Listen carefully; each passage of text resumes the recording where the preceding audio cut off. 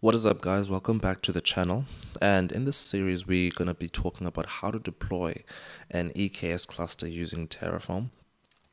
But before we even talk about how we deploy it with Terraform, we'll look at what EKS is as a service, particularly the fact that it at the end of the day, it's hosted Kubernetes. And so we'll talk about Kubernetes a bit and see how EKS then seeks to simplify all of that. We'll then look at the architecture of EKS. And once we're done with the architecture, we'll then dive into VS Code and start deploying our EKS cluster. All right. So what is EKS? EKS is a managed service for running Kubernetes clusters on AWS, right? So, like I said earlier, it is essentially hosted Kubernetes on the cloud, right? And the reason we want to do that is that if we run it on EKS, then it simplifies the complex process of managing Kubernetes control planes and enables teams to really just focus on deploying containerized applications, right?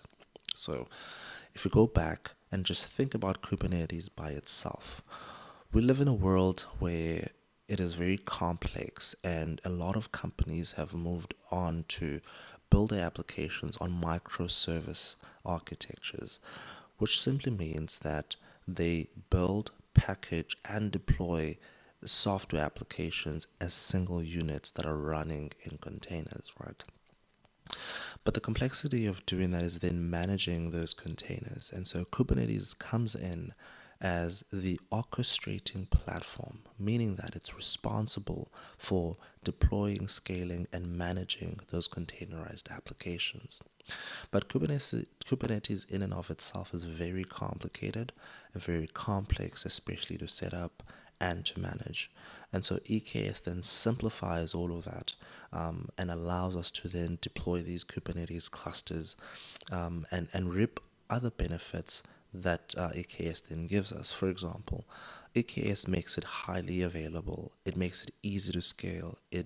And the other thing is that we can then integrate our EKS cluster with various other services from AWS. This could be things like IAM, it could be things like the VPC, it could be things like load balancers and so on and so forth, right?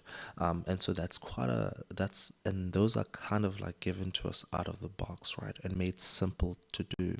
The other thing is when we run our Kubernetes cluster in EKS, we're able to do secure both the networking and the authentication with something like IAM, for example, right? Now, if you're going to be running EKS, Kubernetes on EKS, there's really kind of like a four-part process where the first part is to really just provision the EKS cluster, and that is what this video is about. And then the next step would be then to deploy compute.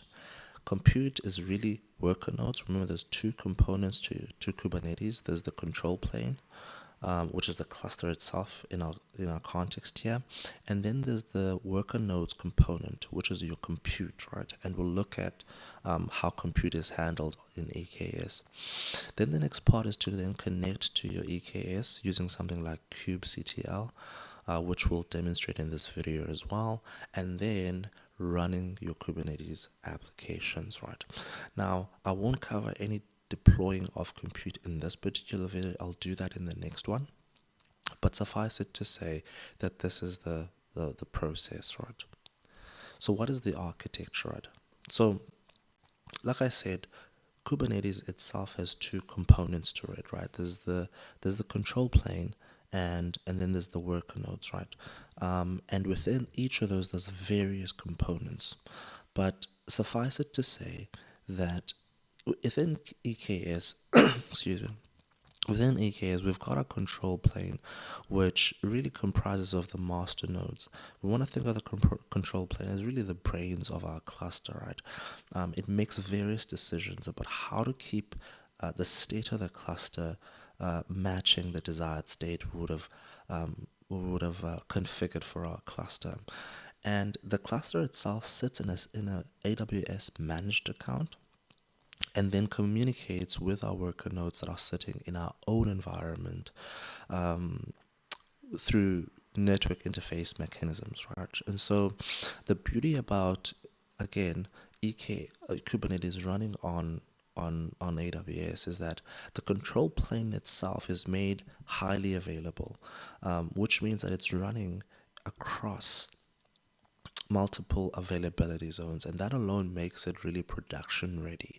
And the other thing is, it's not managed or monitored by us, it's monitored by EKS itself, right? So EKS monitors those instances and makes sure that they are performing at their peak.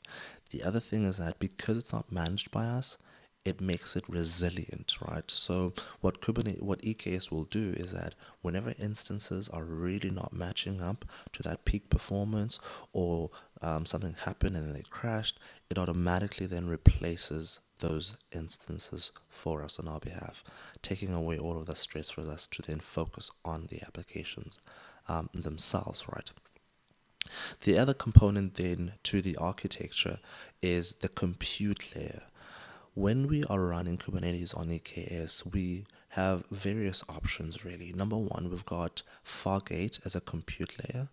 If we use Fargate, something we'll discuss later on as well, is that we are then moving ourselves into a serverless mode of compute, which means, again, we're taking things off our plate and we don't manage servers. We don't have to patch them at all. They run on Fargate, which itself is a serverless compute service, right? If we're not going to use Fargate, then we'll use something, we'll use managed nodes. Managed nodes, they give us a bit of control, but in terms of managing those servers, there is a bit of shared responsibility where the node group will take care of that itself, right? We just have to then tell it our desired number of nodes, and it'll try and do that for us, right? And then the third option is just simply self-managed nodes. We are the ones fully responsible for the compute layer, right? So this is the architecture, and within the next couple of videos, we're then going to use Terraform to then build all of this. Not all of it, but mainly the cluster itself, and then in future videos, we'll come back and do the compute layer. Thank you so much for watching, and I'll catch you in the next video.